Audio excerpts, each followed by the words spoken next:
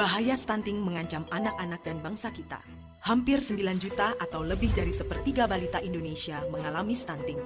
Di Asia Tenggara, hanya Laos, Kamboja, dan Timor Leste yang memiliki angka stunting lebih tinggi dari Indonesia. Jika situasi ini dibiarkan, mereka bisa menjadi generasi yang hilang.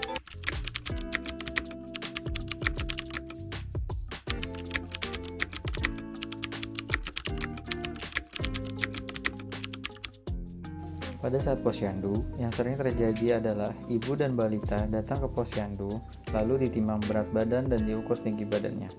Pulang setelah mendapatkan PMT, pengisian KMS pun kebanyakan dilakukan setelah ibu dan balita pulang.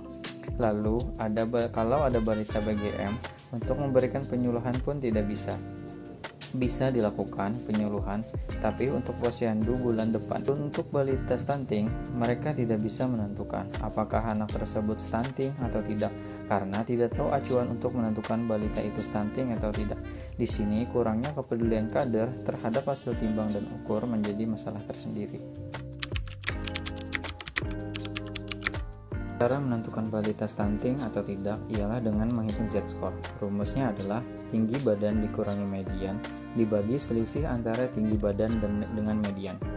Median didapat dari tabel antropometri PMK nomor 2 tahun 2020. Setelah didapatkan hasil, apabila hasilnya lebih dari -2, maka balitanya adalah stunting.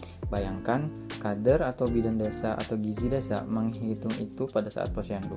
Mungkin posyandu akan menjadi seharian penuh hanya untuk menghitung status gizi. Berdasarkan masalah-masalah di atas, muncul 2 ide mengatasinya. Yang pertama ialah membuat kelas balita stunting. Kegiatannya adalah mengumpulkan ibu dan balita stunting serta kader, lalu diberikan penyuluhan atau edukasi tentang cara pencegahan dan memperbaiki status gizi balita stunting. Tetapi kegiatan ini hanya bisa berlangsung 1 bulan sekali. Yang kedua adalah membuat aplikasi. Di dalam aplikasi terdapat yang pertama, register posyandu yang berisikan penimbangan berat badan dan pengukuran tinggi badan. Yang kedua, aplikasi bisa menentukan balita stunting atau BGM secara cepat. Yang ketiga, materi penyuluhan stunting dan BGM muncul secara otomatis apabila ada balita stunting atau BGM. Dengan adanya 3 fitur di atas, balita yang datang ke posyandu akan terpantau berat badan dan tinggi badannya setiap bulan. Kader bisa menentukan balita stunting atau BGM secara cepat, tepat, dan mandiri, serta memberikan penyuluhan atau edukasi secara langsung kepada ibu balita stunting atau BGM.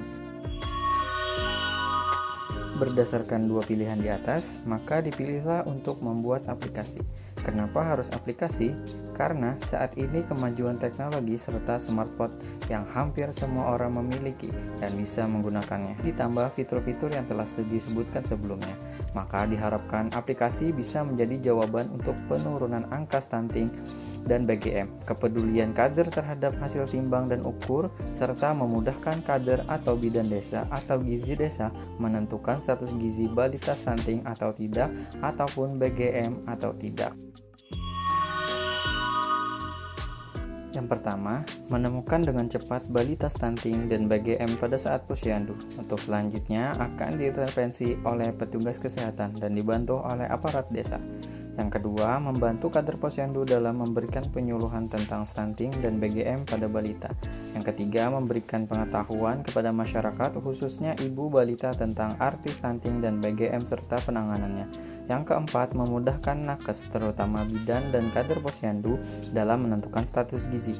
Yang kelima, memudahkan ahli gizi untuk mengumpulkan data penimbangan dan pengukuran balita di posyandu serta entry data ke EPPGBM.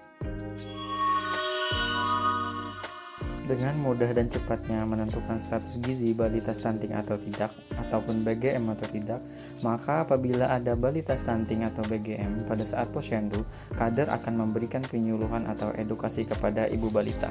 Dengan cepat dan seringnya ibu balita mendapatkan penyuluhan atau edukasi, ibu balita termotivasi untuk memperbaiki status gizi balita karena sudah tahu apa yang harus dilakukan, dan juga tersedia data balita stunting dan BGM yang selanjutnya akan diintervensi oleh petugas kesehatan dibantu aparat desa.